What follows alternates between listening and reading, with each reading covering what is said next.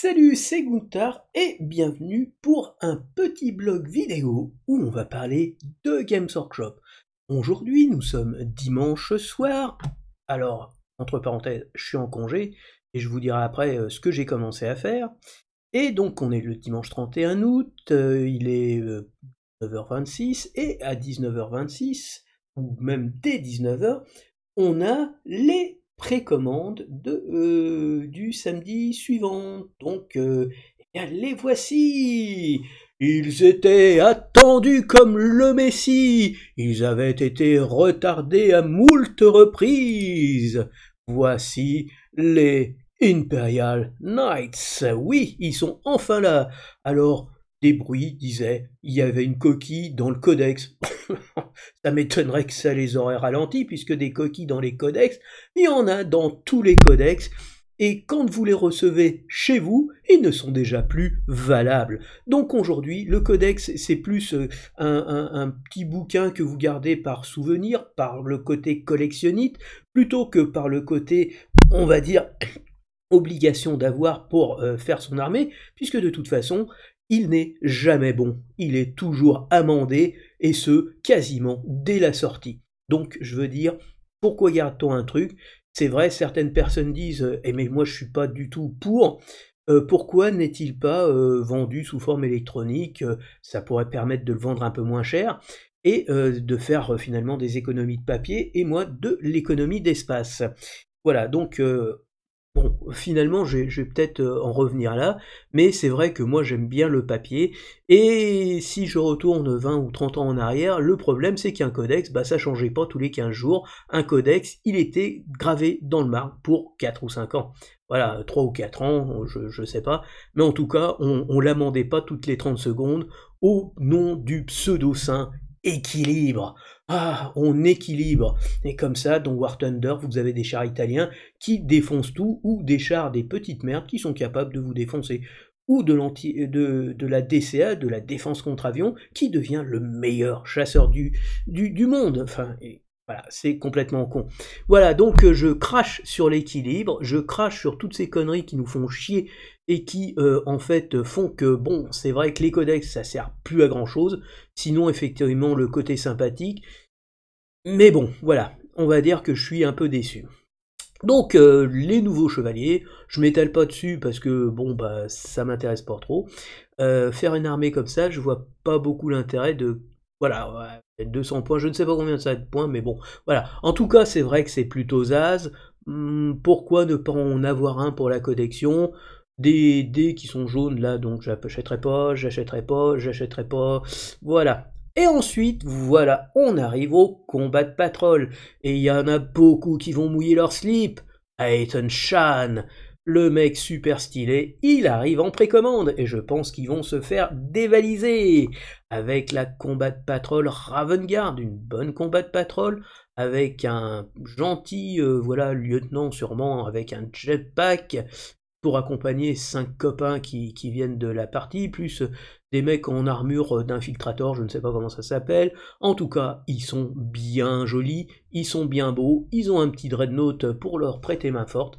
Bref, ils sont là pour tout défoncer. Et elle est plutôt sympathique. Et quand j'avais fait, on va dire, les prix, ils étaient plutôt bien placés. Sachant que les premiers, c'était, voilà, le Darth Lysander, les Imperial Fist. Et donc, en parlant des Imperial Fist, voilà Darnat Lysander, un petit Terminator avec un petit visage avenant, sympathique et souriant, tellement qu'il est préférable de mettre son casque.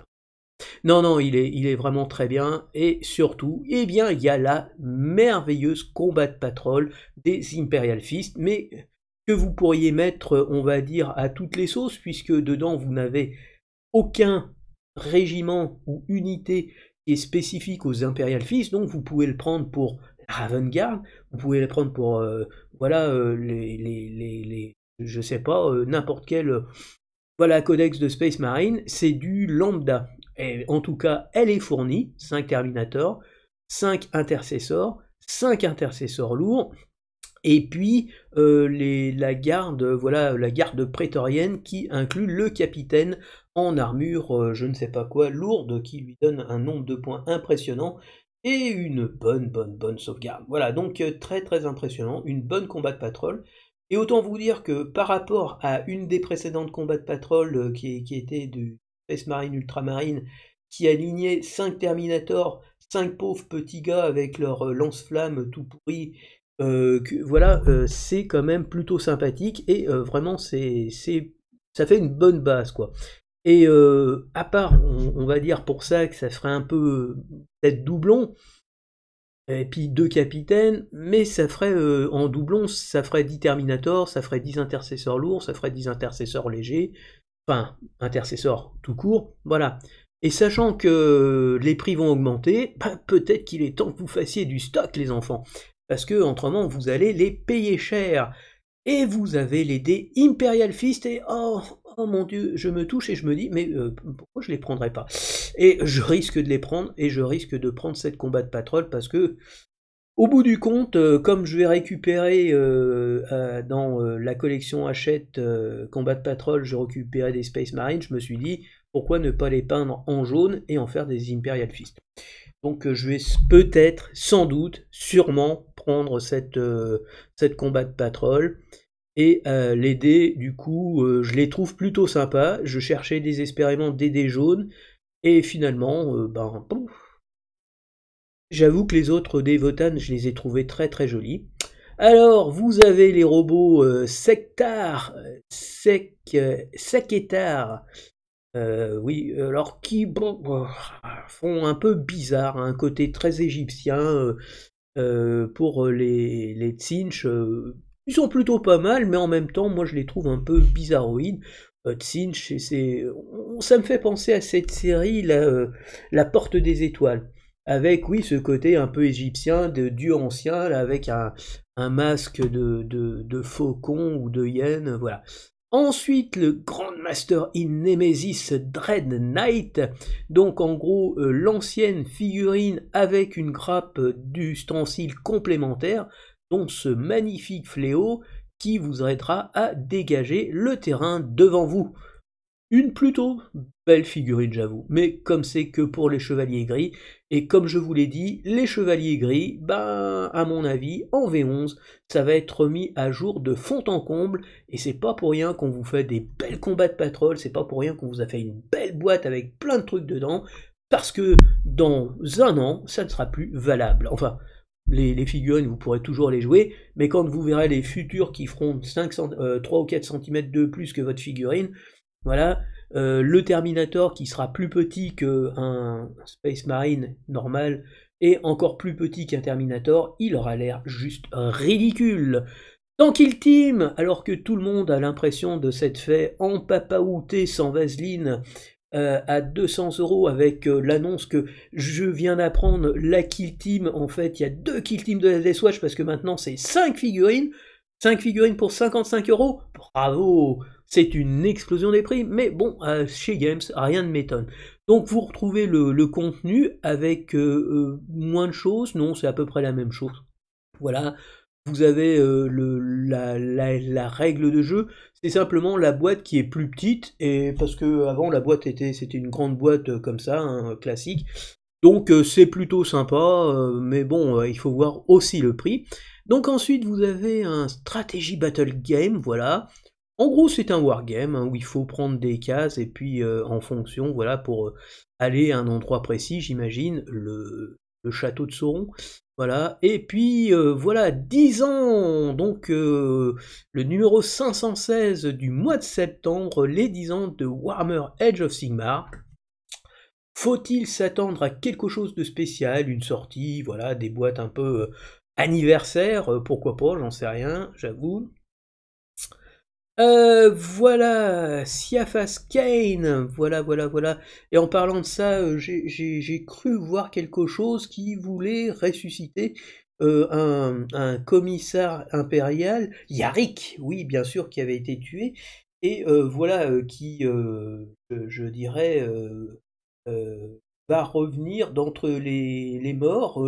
Je sais pas, j'ai cru entrevoir un truc comme ça. Bon, bah, j'avoue que j'étais un peu surpris, mais il faut dire qu'ici, c'est pire que dans les films de super-héros. Le mec s'est fait couper en deux, il a été désintégré, il a été réduit en charpie, il a été expédié dans un univers parallèle, mais il revient quand même. C'est fantastique. Et donc des univers complètement décousus, avec des trucs qui ne veulent plus rien dire. Donc bah s'il revient, c'est super. On comprendra plus rien au lore, il est mort, mais il revient. Tant mieux, allez, ou tant pis, on s'en fout.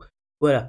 Donc Warhammer, Horus Heresy, le Siege of Terra, Samuel Bond, bon, ça me dit rien.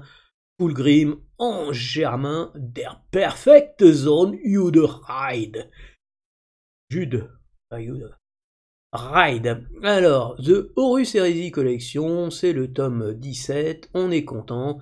C'est le méchant contre le gentil, et le gentil on le reconnaît parce qu'il est tout en blanc, et le méchant il a une tête rouge et il est dans une armure noire. Bouh, pas beau. Voilà, ensuite vous avez Eidolon, voilà, avec une armure violette, c'est sûrement pas quelqu'un de fiable. Il faut se méfier de ses arrières, si j'ose dire.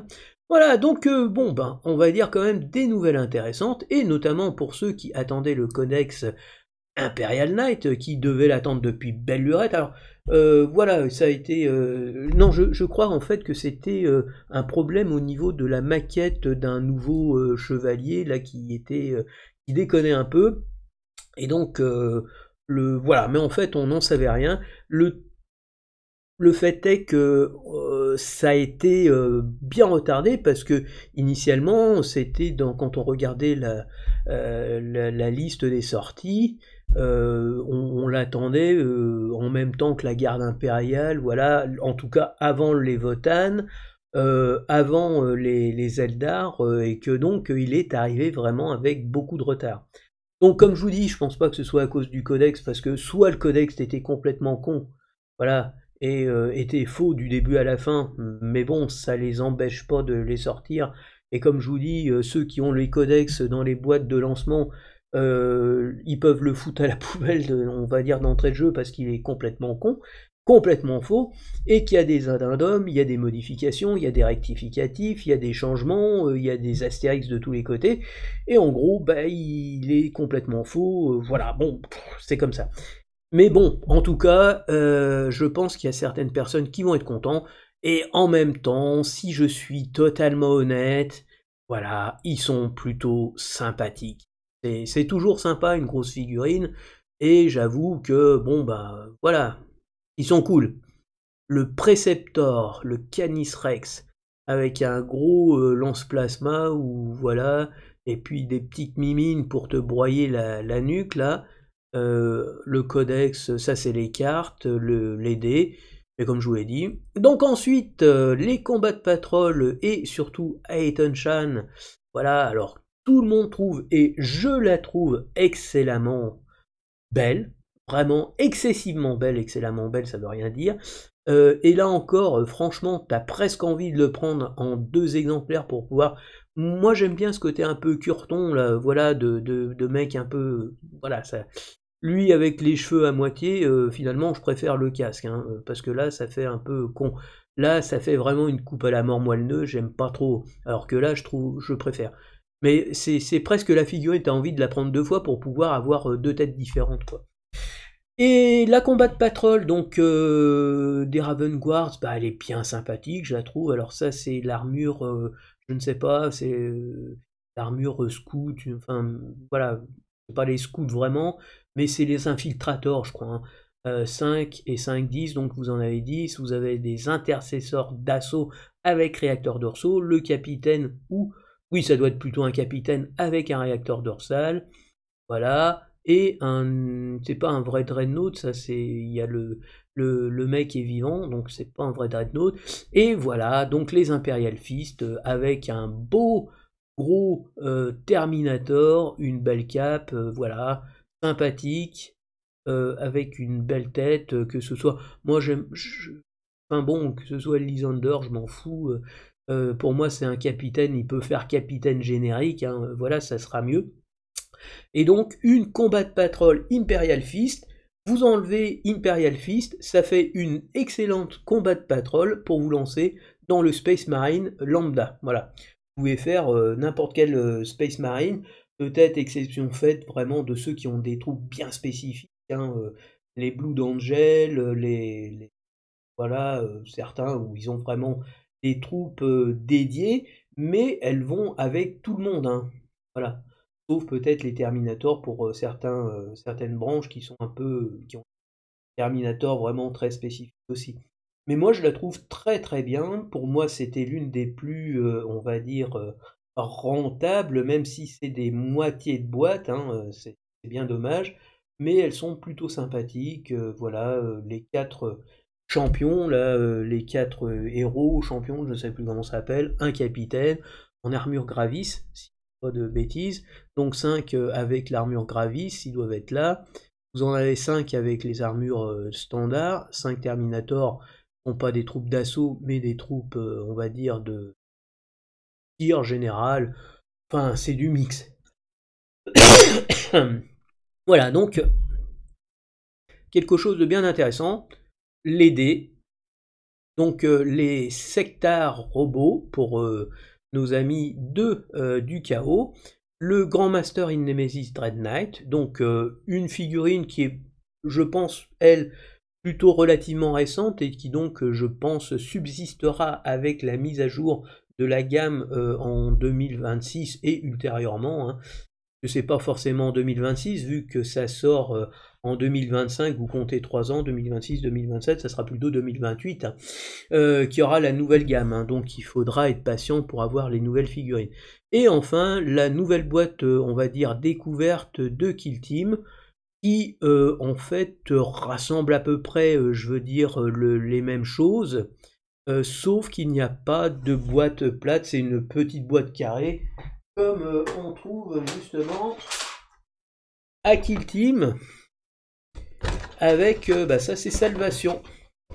Et donc, ce qui va me permettre de faire la transition, j'ai commencé à monter, donc aujourd'hui, là, la Kill Team Salvation.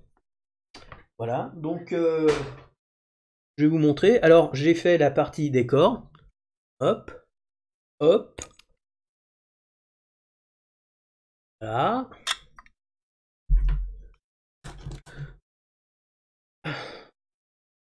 C'est 5 petits éléments, on va dire, de petite, moyenne et grande taille, qui vont se rajouter aux décors qui ont été sortis dans les précédentes versions.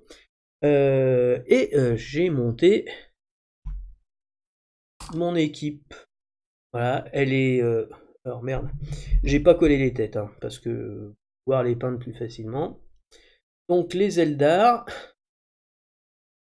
je les ai montés et merde, les têtes tombent tous à la chaîne, donc bon, je vais pas les toucher. Et par contre, il me reste à monter donc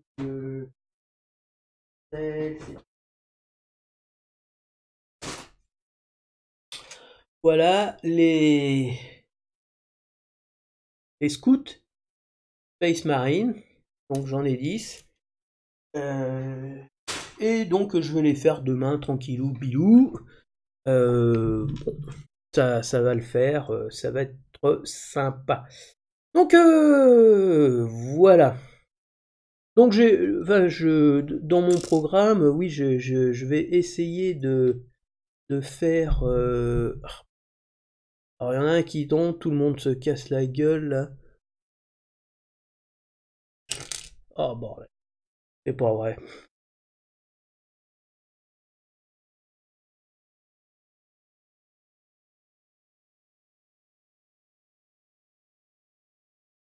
C'est à peu près les mêmes têtes. Oh, ça me gêner. Bon, on va arrêter ici. Donc, je disais que oui, donc j'ai monté ça. Demain, je vais monter ma Kill Team, voilà. Et ce qui va me permettre de me débarrasser d'une boîte parce que, voilà, j'ai des boîtes, je ne sais plus quoi en faire. Et il est temps quand même que je les monte et que je les sous-couche et que je les peigne. Et puis voilà. Et donc, la deuxième question, c'est est-ce qu'ils n'en font pas trop? Parce que là, c'est bien, alors les prix augmentent, mais bon, là, on n'est pas obligé d'acheter.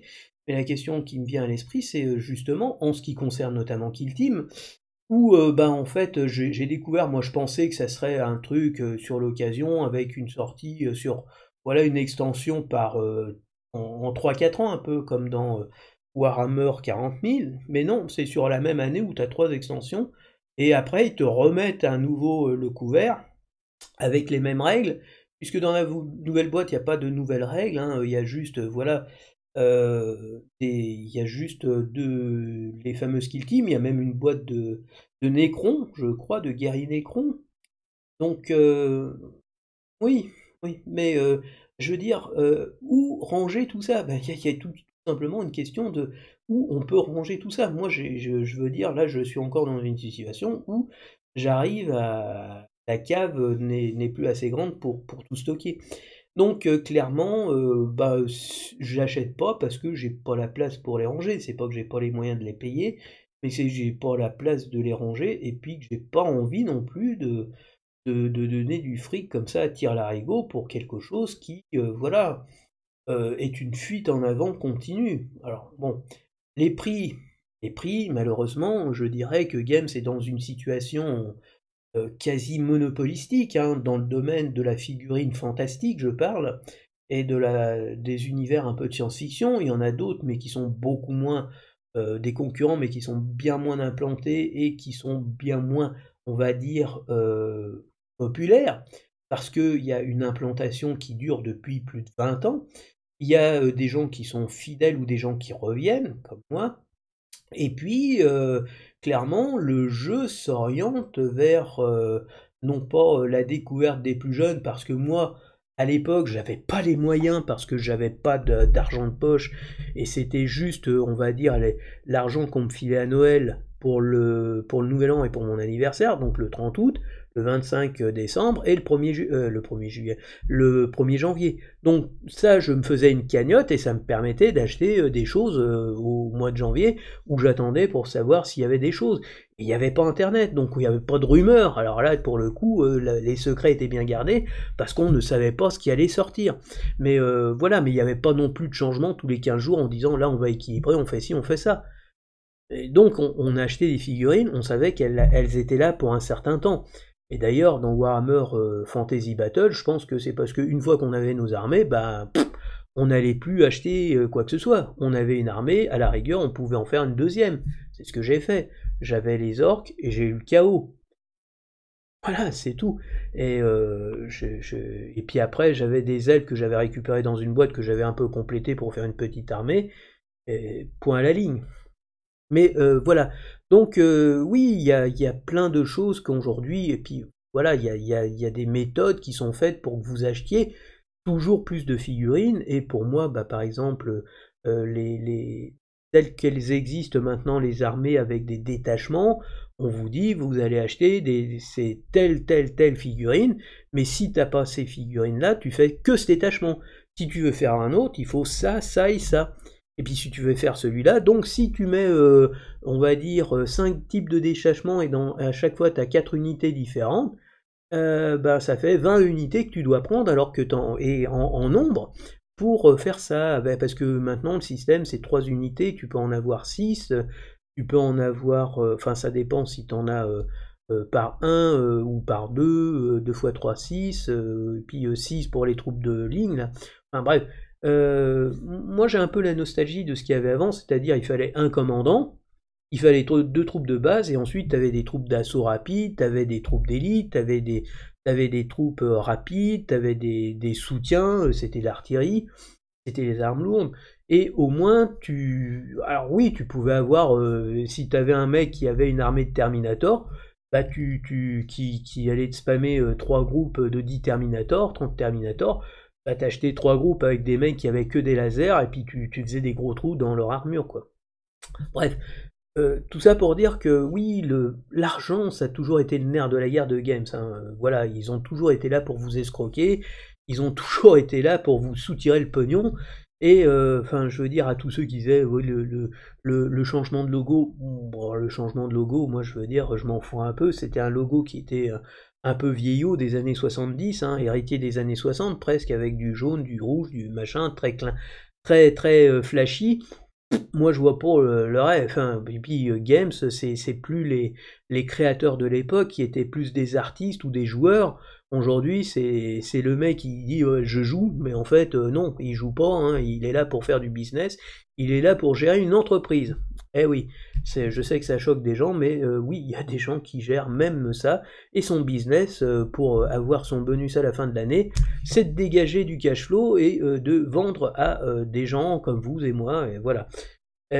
Donc clairement, c'est plus du tout orienté vers les jeunes, hein, parce que les jeunes qui n'ont pas d'argent, ben je me pose la question, alors soit ils ont le soutien actif des parents, mais les parents vont sûrement se poser la question, en ce moment, je ne sais pas si vous êtes au courant, mais tout coûte cher, hein, l'essence, la bouffe, voilà, on a l'impression de se faire traire un petit peu.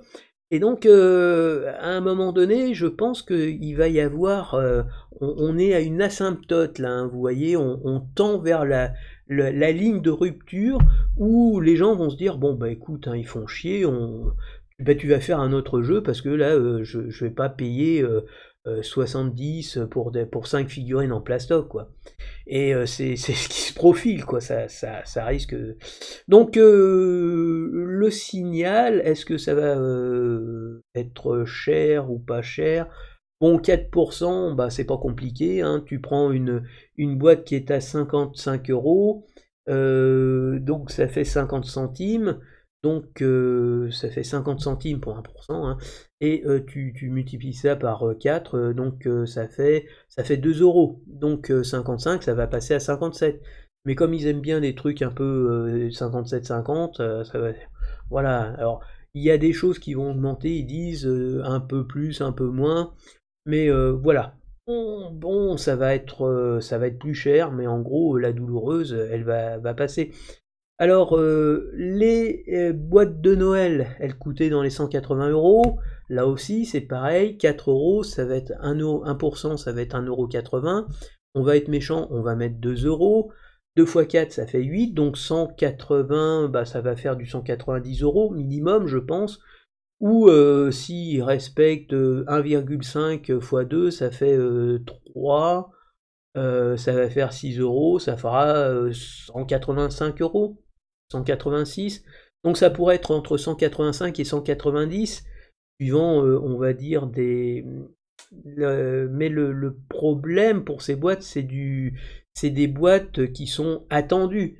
C'est des boîtes sur lesquelles, enfin, ça dépend aussi de ce qu'il y a dedans, parce qu'il y a des boîtes comme les Sœurs de Bataille qui partent pas très rapidement. Les agents impériaux il y a toujours des boîtes des agents impériaux qui sont disponibles, hein. Et elles ont quelques années, voilà. Donc il y a toujours la possibilité de trouver certaines boîtes de Noël qui sont pas parties. Je crois que j'ai vu des boîtes de Noël, par exemple pour Age of Sigmar, pour les combattants de Nurgle, par exemple. Voilà, donc il y en a, ça dépend un petit peu de leur popularité et voilà, de l'attente qu'ils généraient. Mais des boîtes qui sont attendues, je pense là, la boîte qui avait les Space Marines avec le boss et puis les frères de bataille, je sais pas quoi, là, qui sont partis comme ça en un claquement de doigts. Il y avait pareil, les combats avec les chevaliers impériaux, même si les gens disaient qu'il y avait une grappe en moins, c'était moins intéressant, elle est partie comme ça. Donc voilà, ça part, et quel que soit le prix, et ça part rapidement.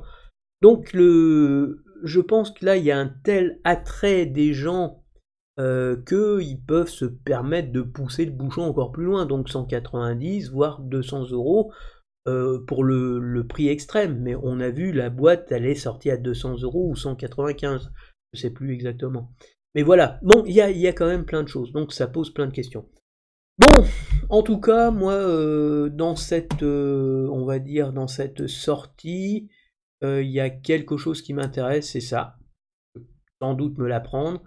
Et bon, bah, la deuxième fois où je vous dirai, ouais, n'achetez pas les dés, c'est une escroquerie, ben, je vais me laisser avoir. Je vais me prendre un petit truc des Imperial Fist, voilà. Et sûrement Monsieur Lysander, voilà. Et on verra. Pour me faire, mais alors une toute petite armée, voilà. Et en attendant, ben, demain, ça sera mes Eldar que je vais refaire. Je vais essayer de pas tout foutre en l'air, parce qu'à chaque fois, je les fais tomber. Voilà, c'est tout pour aujourd'hui. Donc samedi prochain, il y a plein de nouveautés. Les gros géants, les combats de patrol des Space Marines, la Raven Guard et les Imperial Fist. 2 combats de patrol très intéressants pour la Raven Guard, parce qu'elle est vraiment bien dans le thème des gens qui sont rapides, qui fondent sur leur proie pour les exterminer, et de l'autre côté où vous avez du lourd, du tir, du bolter, et où on fait chauffer la douille. Et il n'y a pas de contrepétrie, je vous rassure. Et il y a le Darnat Lysander et le Aeton Shan qui est vraiment trop classieux. Et même plus que le Darnat Lysander qui fait vraiment un peu gros patapouf sur son caillou là. Donc les Seketa robots, le très joli Grandmaster et Nemesis Dread Knight avec son nouveau petit jouet ici. Et ben voilà, c'est tout. Ensuite, ah bah si, la nouvelle Kill Team qui prend moins de place, et justement, bah c'est intéressant, parce que de la place, c'est comme le pognon, on en a de moins en moins. Eh oui, c'est dur, mais c'est la vie. Allez, sur ces bonnes paroles, je vous souhaite une bonne fin de week-end. Ben, reprenez la semaine prochaine, bon courage. Moi, je vais avoir les doigts de pied en éventail, même si je reste chez moi à cause de quelqu'un de la famille que je dois garder. Et voilà, ciao.